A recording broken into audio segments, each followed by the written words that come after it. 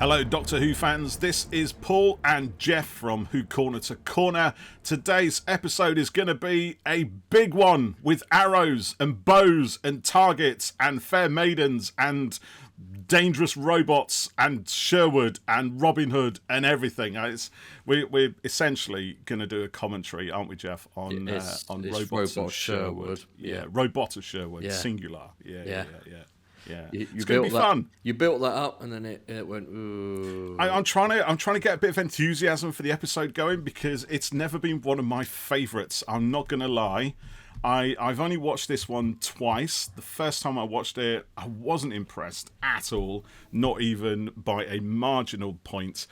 Second time I watched it, I thought, okay, it's got something going for it. It's all right. But it's never been one of my favourites, mate. In fact, you had to cajole me brutally and violently into watching this today. Did I? I'm trying to build it up again. You know? You could have gone with it. You could have said, yeah, I did. Yeah, I beat you to a pulp. The reason we did it is because when we did our essential 12th Doctor episode, we talked about this and we said we should do commentary on it because it's one of the, in a shocking turn of events, it's one of those ones that seems to be quite divisive within the fandom.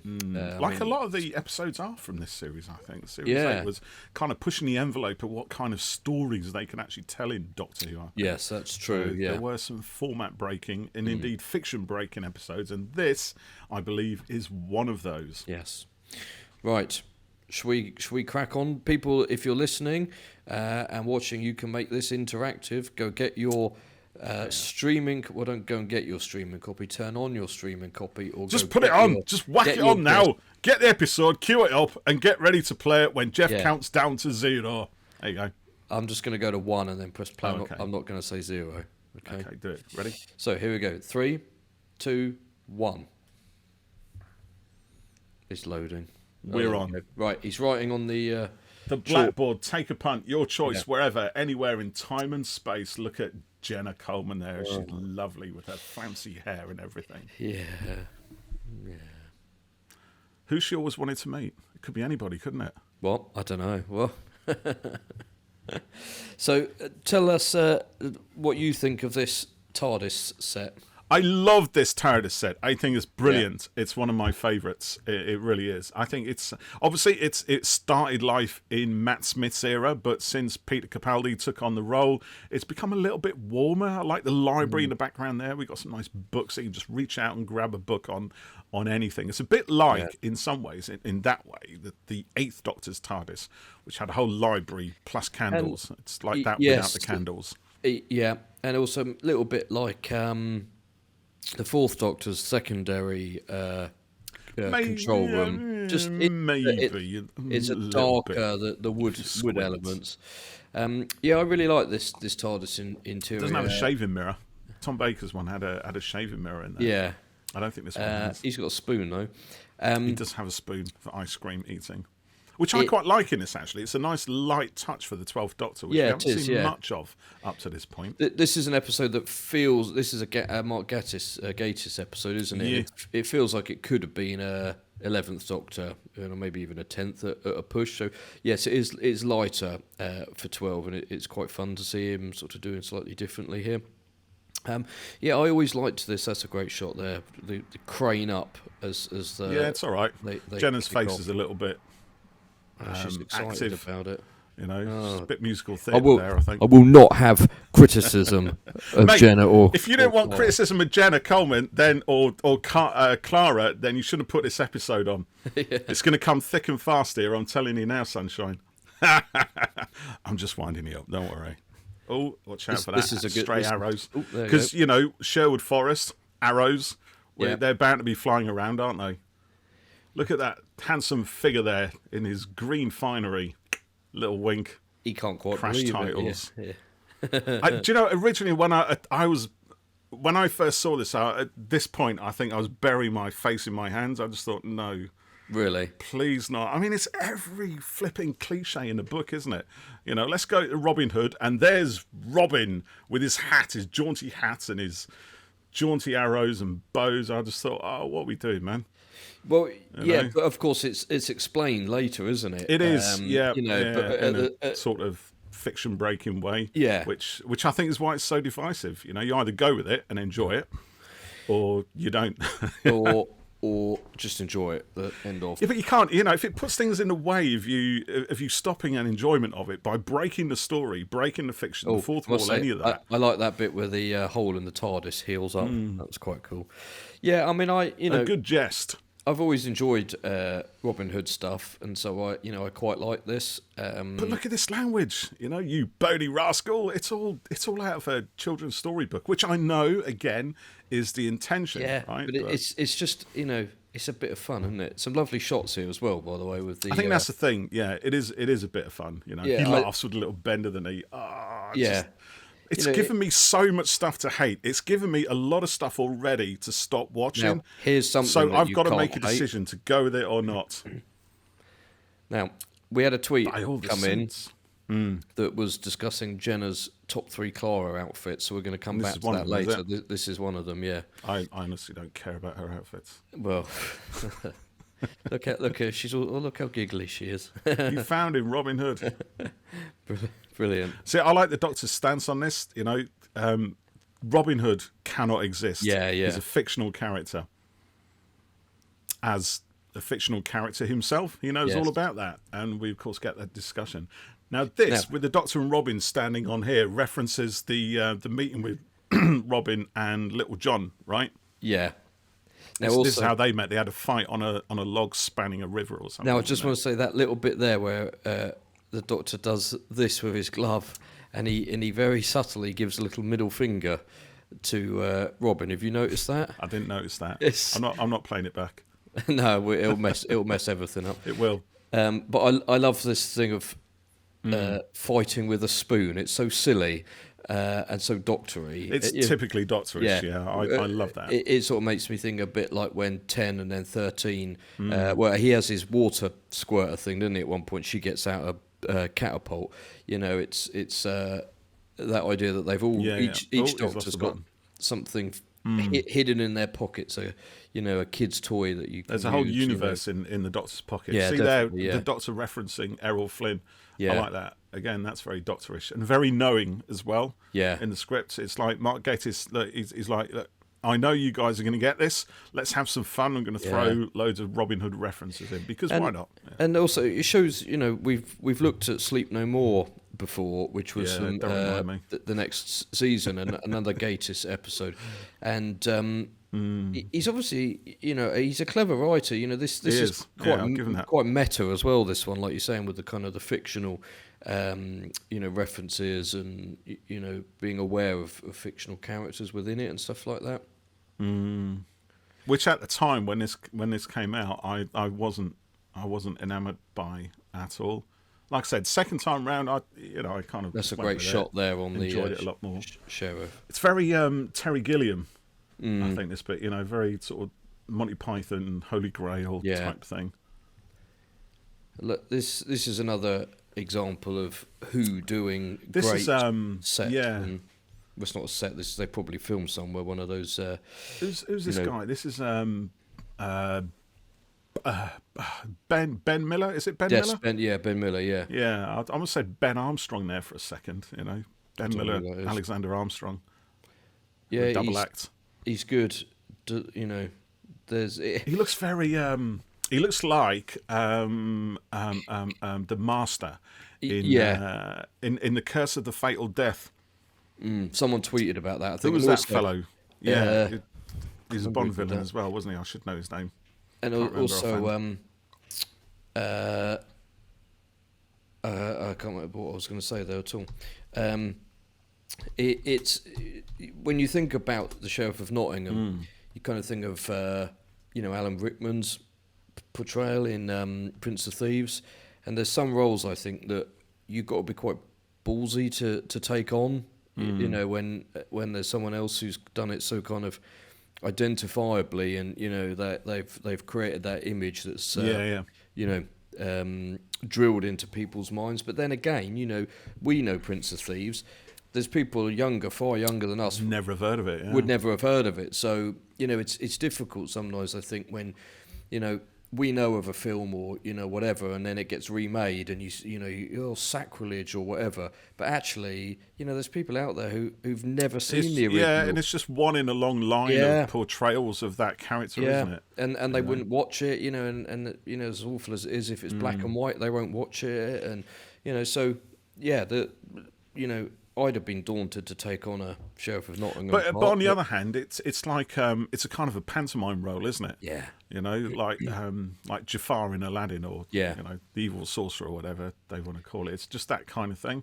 I love how excited Clara is here with it all, and she's loving it, and the Doctor's a bit. Look at him; he's a little bit jealous. And I'm going to be like the Doctor in here. I'm looking at all of this with a little bit of disdain, sort of wondering, these are the merry men, literally, as told in children's storybooks. They are literally acting or performing to character, to that stereotype character that we've been with since primary school. These are them. They're not darkened up.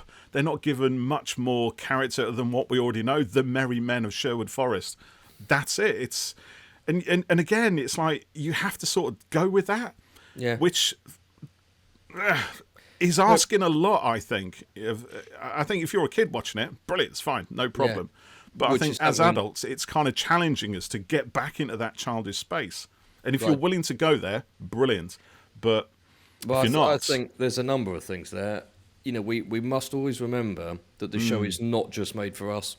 No, exactly. But then this series is a very adult in its tone. It is, yeah. Which is why it requires some challenging...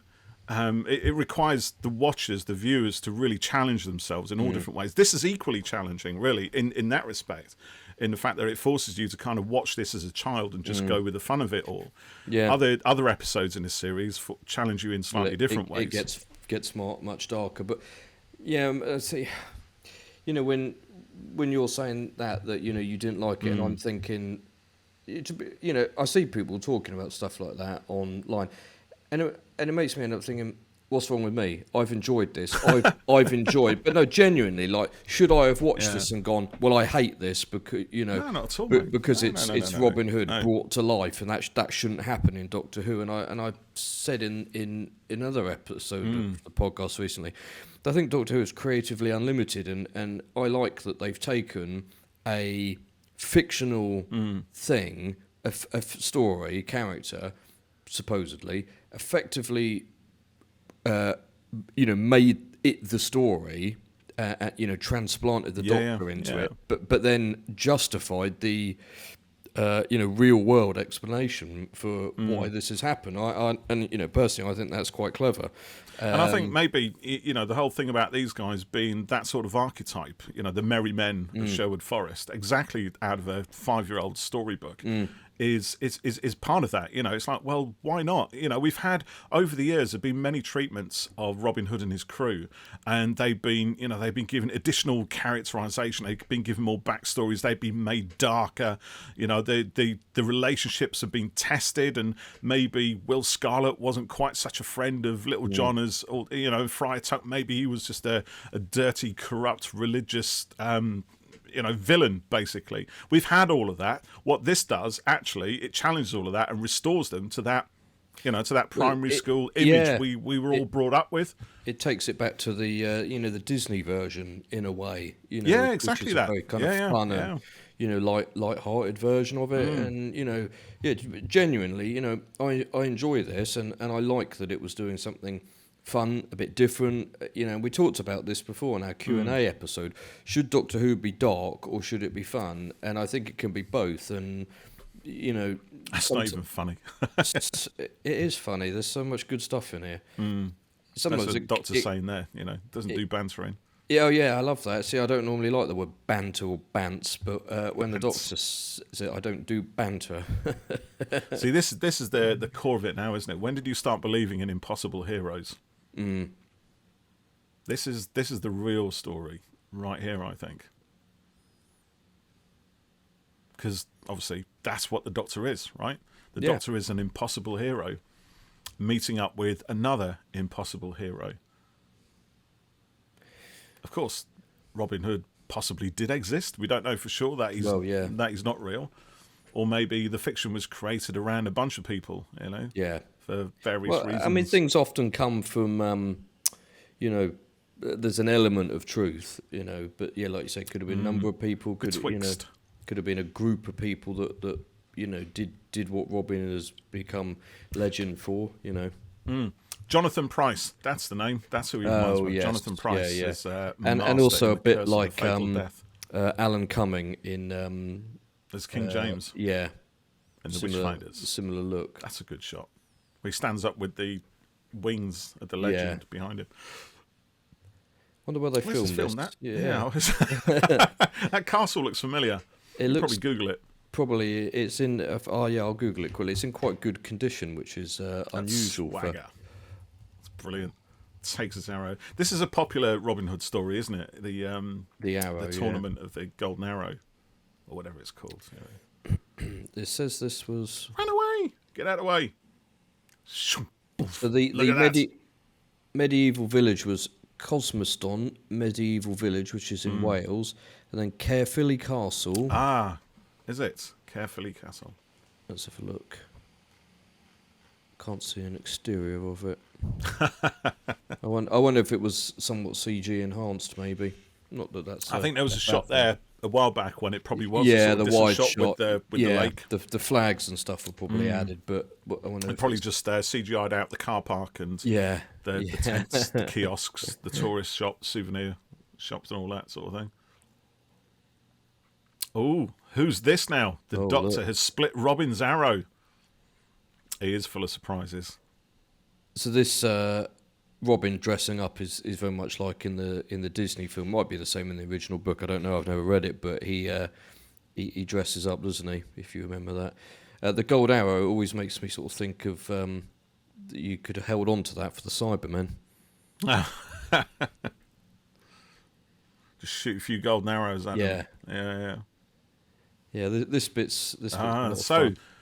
He just fired an arrow at the knight there, and it just bounced off. And does he suspect? Does he know? Well, he scanned the apple earlier, didn't he? Look at this, without looking. It just blows up the target. Typical 12th Doctor. Love that. No time for this. Just blow it up. I don't care. Somehow.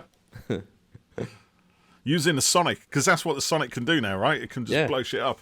Oh, here we go. Swords out. Easy Tiger. Yeah, Clara's getting in on it. Now, I was going to say, I like that Capaldi had quite a range of outfits. It made me think, actually, of just the top three Clara outfits. Maybe we should do an outfit special and look at our favourite Doctor outfits. But it's not many of them, really, that change hugely. 12 and 11 do, but the others don't. But, as we've seen from filming with Shooty, the robot. And this is a bit of a misdirection as well, isn't it? You think that's the robot of Sherwood? Yeah. We've seen Shooty, wearing lots of different outfits, and he looks like he's really going to be kind of a multi-costume Doctor. I've got to ask how he's managed to grow his hair substantially between episodes. So I hope there's a narrative explanation for that. But Ruby seems to be getting into different era costumes and stuff as well. So I quite like whilst I sort of understand the Doctor largely having one look, one kind of silhouette that's their iconic thing, and it's fairly uniform across the era. I did quite like Capaldi's variations. Nice little variations. Yeah. I think a little bit's good. He had, to me, 12 has probably had too many different looks to sort of be able to say that's his identifiable one. I mean, I really like this with the sort of done up collar and everything, but then I like that red velvet crushing he wore later on as well, and then like Matt Smith's Doctor, he had some really cool looks, but I can't really kind of pick a favourite one out of them. I think with the 12th Doctor, it's almost like his changing clothes reflect the changing or evolving nature of his personality. So in this series, we see a lot more of those buttoned up shirt collars, don't we, and tightly tailored suits. And it's almost like, the Doctor's aware that he is a costume, that he is, putting on an appearance. And he's quite tight. He's quite buttoned in, like Yes, he is, psychologically, as well as everything. And then in series 9, we get the hoodie, don't we? I think coming out a lot more, where he's almost become a bit more of a recluse at the start of it. This is the conversation, isn't it, where they really sort of discuss there's some clever things in here. Yeah. With both of them chained up in a dungeon, because that's what happens in medieval days of yore. So I was just looking up online because Ray Holman was the costume designer for some of the 12th Doctor. But I think it was series 9 that he worked on, which would have been his more cosmic hobo type look when he had Cosmic hobo. Yeah, he wore second Doctor. Yeah, he had his check trousers and a blazer and a hoodie and stuff. Like you say, he's softening up a little bit as he went along there like that. This is quite good. This little. It's very funny actually. This is Mark Gatiss having a right laugh. Yeah, and then Clara brings him in like two naughty schoolboys. Yeah. Teacher, and they instantly shut up. I love it. I saw some discourse the other day about Jodie's Doctor being kidnapped too often, and it never happened with previous Doctors. Of course not. Yeah, I mean it literally does happen all the time, but whatever. Yeah. I'm seeing it right now. Exactly. There you go. Yeah, I tend not to get involved in that, mate, if I can help it. That's why. Unless I just want to go in and abuse someone for being a complete idiot. Or throw some spanner gifts at them. That's why. Exactly. Yeah, that's what that does. Yeah, spanner. I find it's much better when you mute certain words on Twitter. Yeah. Clara's good in this, actually, isn't she? She's very authoritative. To me, anyone who listens to the podcast will know I'm a big Clara fan and a big Jenna fan. And I think Jenna's a brilliant actress. She is, she's great across her time here. She did a mini-series called The Cry, which she was phenomenal in and should have got more recognition for. She did The Serpent, which was really good. She was fab in Victoria as well. She's sort of somewhat gone quiet on screen recently. She's been doing stage work and stuff, and she's probably someone who sort of likes to sort of do a bit of both. But I kind of feel like she could be I was going to say the next Karen Gillan, and I don't mean in style, but Karen's become a big star and also still writes and directs stuff as well, and uses her big projects and her name within those to help move on, like get her stuff done. Get a leg up the ladder. Capaldi's been quite quiet since he finished being the Doctor, hasn't he? Yeah, I don't see much of him actually. I know he did the Paddington films. Yeah, and he did the Suicide Squad, which was fun, but it wasn't a huge part in it. And then there's something on Amazon called Devil's something or other, which I haven't watched, but yeah, it's been quite a while since he did this, and he quite often when they finish the show Companion or Doctor, they'll go on to do quite a bit afterwards, won't they? Even if it's not necessarily like becoming a massive star like Tennant, he's busy all the time, but I wouldn't say like he wouldn't headline a big movie. Do you know what I mean? But he's certainly got an extremely busy and varied career. Yeah. And then like Matt Smith, though, in fairness, took him a long time after this to get where he is now with Game of Thrones and stuff. But he's still picking misfires like Morbius and things. Some people like Morbius. I haven't watched it yet, to be honest. No, I would quite like to watch it, to be fair. But it didn't do great. Yeah, it doesn't mean say it's actually a bad story. It doesn't. But you keep saying, everyone's got their opinions. It just. I'd rather make my own up. Yeah, is this another molten lava circuit like we saw in Fires of Pompeii, where it was a stone circuit? Yes, it is a little bit actually, isn't it? Yeah, well, it is a lot. No, my point about Morbius was that when a film doesn't do great, it can kind of hurt and set things back a little bit. Yeah. No, you're quite right. Your words are strange, fair one.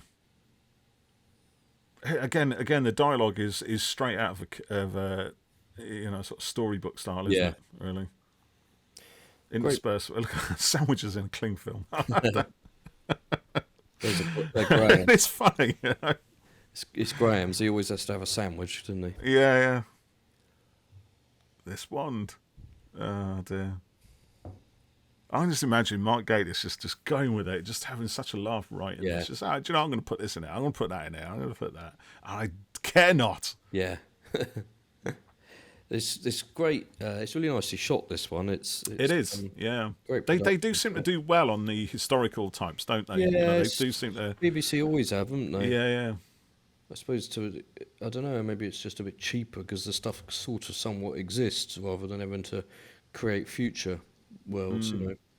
Well, I think because there's like a sort of known or established continuity, isn't there? A known Yeah. style, perhaps, where with candles and Gothic arches in castles and wooden stocks and everything. So someone tweeted that there's a book. It is Doctor Who: The Return of Robin Hood, and they said that I'm going to look it up. That it continues This story? Yeah, but with the Fourth Doctor. What ails him? What ails you? It's never what's the matter? What's wrong? What ails you? I didn't actually realise this one was out yet. Robin Hood is disenchanted, made merry and has disappeared, and the legend of the Doctor has retreated into the shadows of Sherwood Forest. But the Doctor is back. Although this is his first visit, time travel does strange things to a story, and the timing couldn't be better. New Sheriff of Nottingham is in town, out to get the outlaws, and behind the scenes, the mythical Mother Maudlin has designs on the realm that are not of this earth. With the kingdom in peril, it is time for the return of the Lionheart. That's throwing a lot at it, isn't it? We've got Richard the Lionheart in there, and Robin Hood, and aliens by the sounds of things. And how can that be the Doctor's first visit if he's number 4, when in this story he's not met him before? I honestly don't care. That's the sort of thing that makes me ponder. Yeah. So this is Who wrote that book? Let me have a look. This was Paul Magers. I don't know. Oh, Paul Mars. He writes some good books, actually. He's one of my favourites. He definitely goes with the weird, bizarre, and outright hilarious. So you were saying about the kind of not fairy tale, but like primary school reader. A little bit, yeah. So you may have seen them. There's a series of books that are sort of Doctor Who combined with classic literature stuff. Oh yeah, I did see those. Yeah, I haven't read them. So I've read Doctor Who: The Wonderful Doctor of Oz, which is 13 and Missy, and again it's a bit like Robot Sherwood, and this is clearly where they kind of got the inspiration from. But it takes place. It's sort of again, it's quite clever. It's like a remake of. Well, it's like Wizard of Oz, but done. There's a reason why they actually go to Oz in it, and kind of somewhat redo the story. And then there's Doctor Who: Legends of Camelot, which is 10th Doctor and Donna, and I've got that one, but I haven't read it. And then there's another one that's just come out recently, which is it's due out later this year. Doctor Who: Josephine and the Argonauts. So this is the 3rd Doctor with Joe Grant. Doing Jason and the Argonauts. Yeah. Joe Grant and the Doctor visit the British Museum. They may have got more than they bargained for. A mysterious object is revealed, which grants those who touch it strange visions of Greek myths. Gods, warriors, and monsters are contained within this device, which they call the mythoscope. But something sinister is at play. A powerful influence seems to be controlling the mythoscope, mastering it. Oh, I wonder who that's going to be. Joe and the Doctor must enter the mythoscope to face an old and terrible enemy, battling Zeus dragons and going into the underworld. That's also by Paul Mars as well. I must say, I'm not a fan of crossovers. I'm not going to lie. It would take a lot to get me to read one of those, even written by someone as brilliant as Paul Mars. Just not me, really. Yeah, no, that's fair enough. Badoomph! Slam that dagger down loudly There's and also shout. Rebellion on Treasure Island, which is 11 and Clara Yeah. investigating See, pirates. because I like Doctor Who and I like Treasure Island.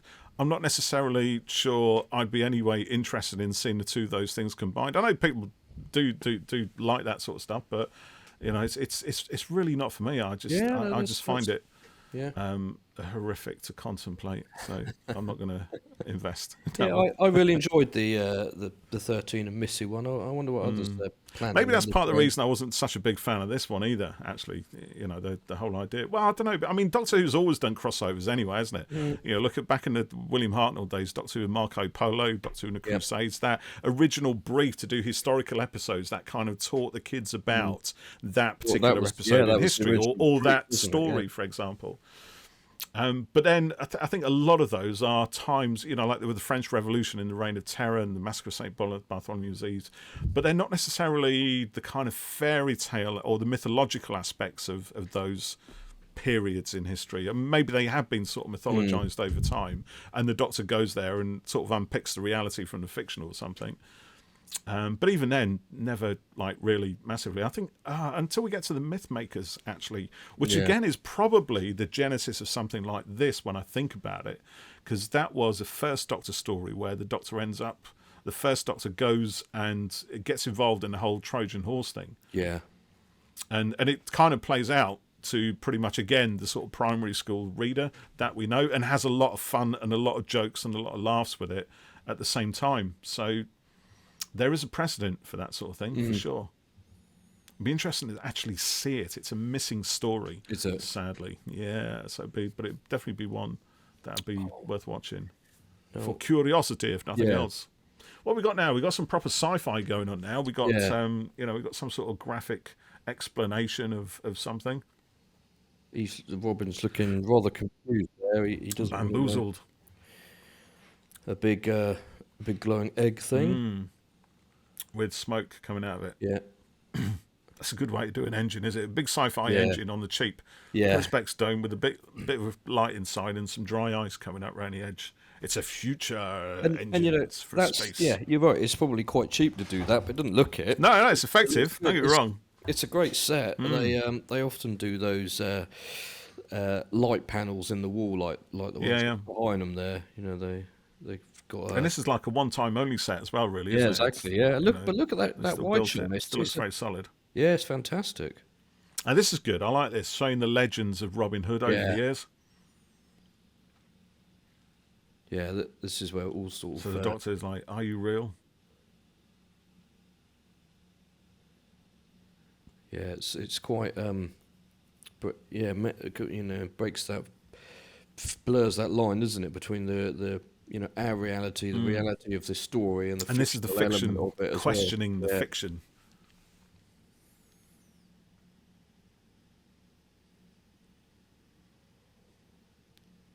Who plays Robin?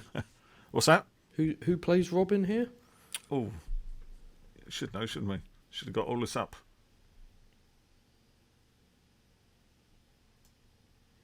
Surrender, outlaw. I love the fact that the Doctor's still not buying it. It's brilliant.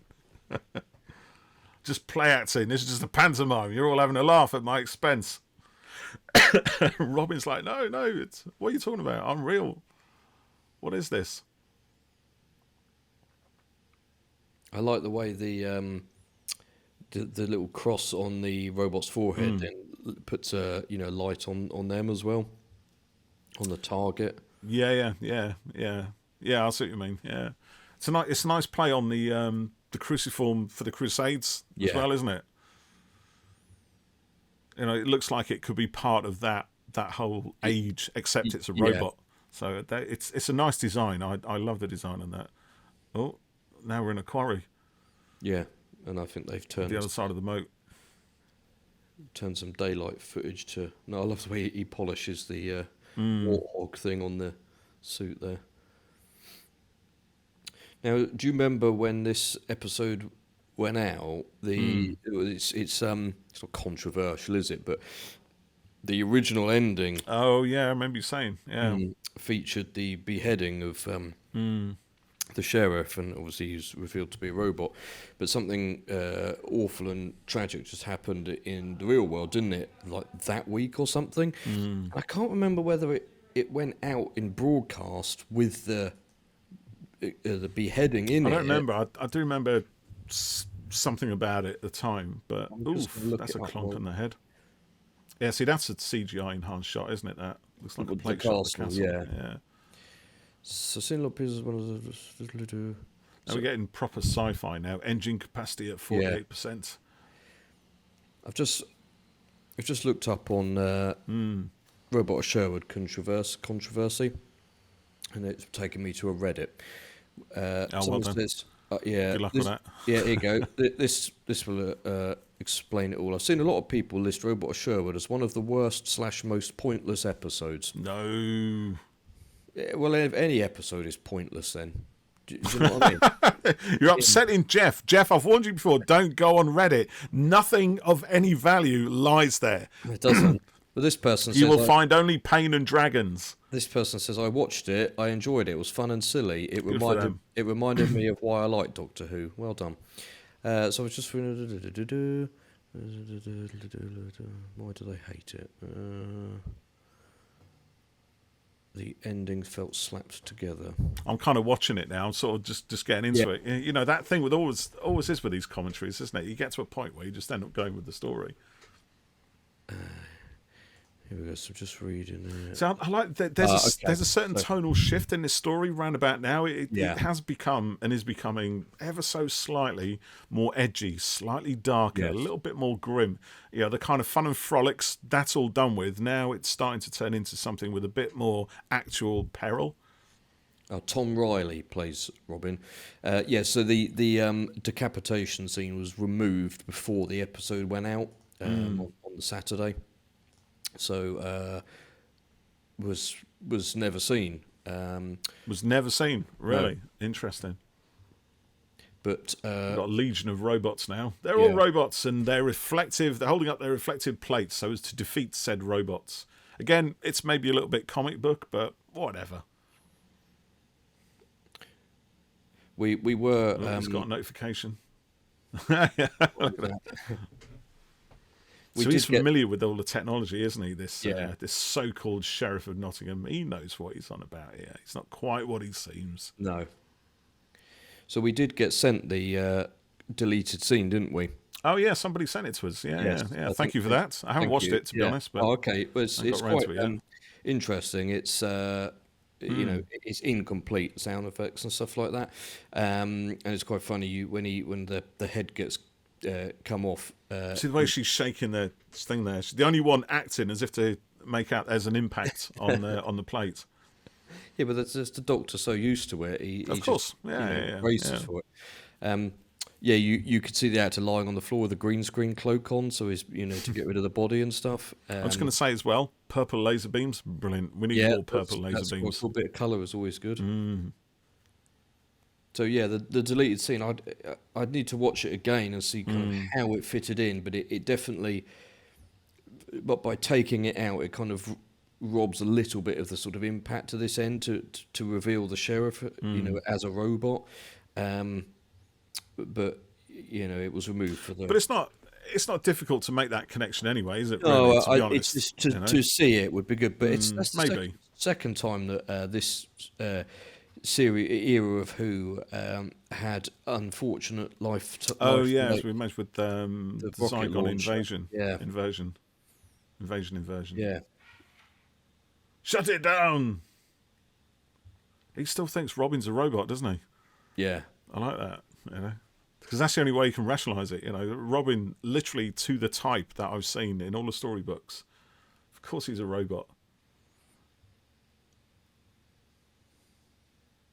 And there is a reasoning for the Doctor to think that, which explains here. Just to create someone to give hope, so it makes the oppression stronger, and more painful, and more effective. It's a rubbish idea. That's brilliant. Murray Gold's stirring music there when the Doctor says he's a legend. We get a triumphant swelling of horns and brass. Oh. It's a bit obvious, isn't it? But again, plays into the whole kind of thing of using the archetypes for what they are, I suppose. Sorry, I feel I'm being really dismissive of this story while I'm doing it, but No. just the mood you caught me in right now, to be honest. Remember, people listen to us because we like the show. They do. I do like the show, and I do sort of. I don't like this one very much, I'll be honest, but that's fair enough. I would still take this rather than a lot of other crap I see on the TV these days. Hopefully, And it is a lot of fun. You know, Yeah. it's just me being a cynical old bastard, really. Well, hopefully my enjoyment of it is making up for that. Good man. Stand You know, your ground. I've realised that Keep your integrity. quite a few of our episode face-off battle royale type stuff has been Capaldi episode, Sleep No More, Kill the Moon. This It's an era of the show I've never really felt satisfied by. I was going to say you've not enjoyed any of them. That's because we haven't watched one that I enjoyed yet. Yeah. We should do one that I really, really do enjoy. It's like I understand what they're trying to do, you know, find new ways of telling the story and keep it going. And Pete Capaldi is absolutely the right actor, and I love his characterisation of the Doctor. I do like Clara as well. I know I often jibe, but that's just to get at you, mate. You know, just for a laugh, because it keeps me going from day to day, really.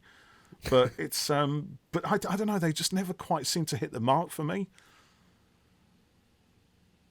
Can't remember what he did. Until we get to Series 10, I think Series 10 for me is more consistent. I don't think it achieves great heights until we get towards the end of it. Yeah, but actually saying that's not true, because I love the Monk trilogy as well, which a lot of people aren't quite happy with either. Yeah, I thought that started out brilliant and was okay. It's a big weight to have in the middle of a series. Yeah, I think that's the thing. A big 3-part blockbuster, you know, which you either love or you hate. And if you hate it, it's a hell of a thing to get past. I don't hate it. I just I don't know. It was a long time ago I watched it. So look, he's been goldified there. Yeah. So I need to look at the. Oh yeah, we missed a bit where he's revealed as a robot. I can't work out kind of. Well, he does put his head back on in it. He picks the head up and puts it back on, so it's quite possible that before they end up on the beam sword fighting, that's when it happened. Oh no, I love this. This is so. This is where I think if you don't like this episode, you might as well switch off now, really, because this bit will not endear you any further towards it. Likewise, if you love it, then this is a triumphant climax to everything that's been set up previously. Being a hero, there's some weird. And having a really, really good aim. Yeah. Has it got a homing device on it? Did it say there? Must have missed that thing. There's a homing device on the arrow, which makes it fly true, I suppose. There's a great one of the episodes of Game of Thrones, don't know if you've seen it, where there's a guy shooting a longbow into a funeral ship as it sails down the river, and he consistently misses, and the ship's getting further and further away. And he consistently misses, and now everyone's getting a little bit worried. I love that. Yeah. But no such thing here. The arrow's fired once, and it hits true. Bullseye. But nothing actually happens until the ship's in orbit, safely away from ground. Hurrah! Huzzah! They might as well do that. Yeah. Give it a rest, Alan. That's just totally, completely out of League of Gentlemen, that is. I do like the humour in this. It's great fun, yeah. Yeah, it is. I think if you can watch it, you know, and just not worry about any of the other stuff, just go with it. It's a good laugh. We'll come to comments because we asked people to tell us what they thought of the. Oh, we did. Yeah. So, Paul, we can alternate between the Facebook comments and. Oh yeah, we got some Facebook comments on this because the Facebook's been quite active on this, which is nice. Which is nice. What's that? Is that from the Fast Show? They used to do that, didn't they? Yeah. Which is nice.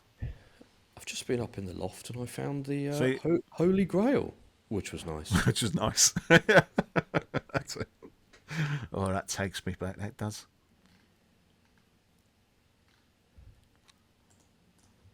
Let's see.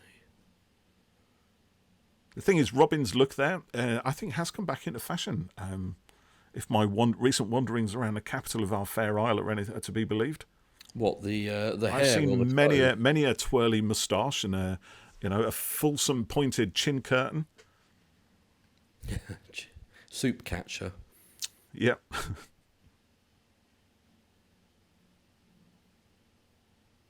Now we're just watching it again, aren't we? This is where the podcast goes quiet for any of you who are actually just listening. Well, I'll start with a few comments from people then. Well, hold on, actually, because before you do, I think this little exchange that they have about history being a burden to those who impact it and whose name lives on is quite a nice one, and sort of reminds, because Robin's raison d'etre reflects what the Doctor does, fighting the good fight, right? Yep. Helping the oppressed, the people who don't have a voice, who can't stand up for themselves against masses of oppression and what have you. Yeah. And this almost, when you think back to the Doctor's question at the start of this series, am I a good man? Why do I do this? This is it, isn't it? Yeah. And the fact that Doctor there says, I'm not a hero, I'm not you, I'm not Robin of Sherwood. I'm just me, and I do what I do. And it's you are a good man. You do what you do for a reason. And this is another reminder to the Doctor as to why he does what he does, and goes again. It's one step in starting to answer that question: am I a good man? So from that perspective, for the longer arc of the 12th Doctor's character development, it's very, very good. And Mark Gatiss knows exactly what he's doing with this. Whether there's nothing wrong with the script, there's nothing wrong with the story. It's just really the audience. It's whether you make a decision as a viewer to go with it and have fun, or to question it, to be rebuffed by the challenges the script is asking you to make. But quite rightly, the script is unashamed in asking you to do those things. So, I'm so glad it exists, and that it is what it is. And just because it's not my favourite episode doesn't mean to say that I'm going to hate it or, have a go at anybody who loves it, because I see exactly why they love it. It's core Doctor Who in all its greatness. And there's Marion, actual Marion. Look at that, beautiful, tears in his eyes. It's a very challenging story, from as I've said, but I think actually, when all's said and done, for the right reasons, and it's a Doctor Who is richer for it being here. Ha ha ha ha! I love it. Still finishes on a hearty laugh. Oh dear, that's a lot of fun. What's next? What's coming next? What's the next one? Listen. Oh, this is your favourite one, isn't it? Yeah. This is Listen. As Robin fired that arrow somewhere across in Nottingham, someone just had an arrow in the head. Yeah. Just because what goes up must come down, right?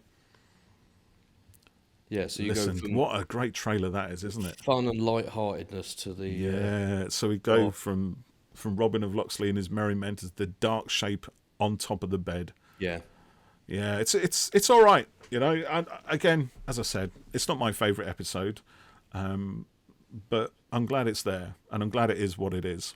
Yeah, I really like it. It's good fun. I think my view on it is probably quite clear. So let me go to some of the tweets, and then you can give us some of the Facebooks as well. So Tony Filer, who's at Filer Writes, says, glorious, demented, funny, grumpy Who. Early Capaldi getting every inch of comedy out of grumpy doctoring. Joyous refusal to believe in legends, while Clara fangirls Robin and outwits the best sheriff of Nottingham since Rickman. Joyous comedy Who after a dark start to the run. Chat Tsunami at Chat Tsunami Pod says, from what I remember, it was a fun romp, pretty inoffensive and light-hearted. Well, maybe you'll watch along, or you have watched along when this one comes out, Chat Tsunami, and you might see if you were right with your thoughts. Will Hadcroft, who's at Hadcroft Will, says, I was hoping that Ben Miller would turn out to be the master, as there was a couple of moments where he looked and sounded like Anthony Ainley. I would have rather have had that than Missy, to be honest, as great as Michelle Gomez was. I'm not getting involved in that one. So Melvin Pina, who's at Kittenry, says, top 3 Clara outfit for me, along with Name of the Doctor and Asylum of the Daleks. I love Clara and the Doctor's rapport with Robin Hood. I wish we could have had another ep to give the Merry Men more to do. Even in limited action, they all seem so full of life. And that was what got me thinking about outfits. Right. Yeah. So thanks, Melvin. I appreciate that one. Right, over to you for a couple. Okay, so we've got a few on our, actually not so much on our page, but on one of the groups we subscribe to, which is Doctor Who Infinity. If you haven't checked it out, do so, because it's a really, really good Facebook group, really, really positive. So we've got Steve Diamond, who says, I like the bit where one fictional hero is decrying the existence of another in a piece of heroic fiction. There we go. That's the meta thing, isn't it? We need these role models, and he comes to respect his supposedly ridiculous counterpart. That's it. Again, the Doctor's first off refusing to recognise that Robin Hood could be real as a fictional character himself. They have value, they do inspire, plus great to see Troughton for a moment, plus Jenna never had a better costume. Yeah, did you see it, that little flashback when he showed all the Robin Hood clips? A little image of Patrick Troughton there. Yeah. Thanks. Another one, Alan Shepherd here. I can't stand this episode. So completely the other side of the coin now. I rewatched so much Who, but never this one. Just my opinion. Fair enough. Fair enough, yeah. I think that's the only sort of negative on that page. So just to end it on a positive one, someone says here, this is John Cole, who says one of my favourite episodes of the Capaldi era, just the right mix of fun / humour and adventure. Plus, I'm a massive Errol Flynn Robin Hood fan, so got my vote once I heard the title. So back on Twitter, Matthew, disciple of Brad, says, always willing to defend this episode from its detractors. The ending alone should see it get spoken about more often. A really lovely conversation between 12 and Robin that serves as a love letter to the show. We've got Who's Sir Clive -Lewis OBE versus BBC, who's at who's_Clive. Worth watching just the line, I don't need a sword because I am the Doctor and this is my spoon. Would still like to see the original cut ending that must still exist somewhere. And they put a... Jeff's got it. Yeah, we've got that. Giltzer, who's at Dennis Gill 10, loved this episode. The scene where Robin and the Doctor trade barbs in the dungeon is the funniest. James H at fit_geek UK says, my feelings on this one are forever tainted by the scene deleted for diplomatic reasons and not even reinstated for the physical release, even though it explains the effing title. So that's a good point. I must admit I was surprised it didn't get put back on, but I suppose, you know, it was deemed sensitive, you know. Robot of Death, Graham Ward 68 says, it's a fun, if a bit lightweight, but I'm very fond of it as my child loved it and had the biggest smile on his face all through. Fans forget sometimes when they criticise certain episodes that stories are just more geared for the 9-year-old, which is exactly what we said. 60s Man, who's at 70s Legend, says Robin and his gang were worthy of a spin-off, maybe not a regular series, but at least a limited run or a special on CBBC. Should have happened. Or a book by Paul Mars. Or a book, yeah. So if you didn't know 60s Man, there's a follow-on that you could check out. So I've very much enjoyed digging into Robot of Sherwood again there and doing that. So if you're listening and you'd like us to do an episode commentary for something else, maybe an episode that is not as seen as universally loved, let us know. We did our one for Orphan 55 a while ago. We did. And we had a couple of people DM us to say that they went back to watch the episode with our commentary and it changed their opinion of the episode and they ended up respecting and enjoying it far more. So that was really nice. Lovely, that. Yeah.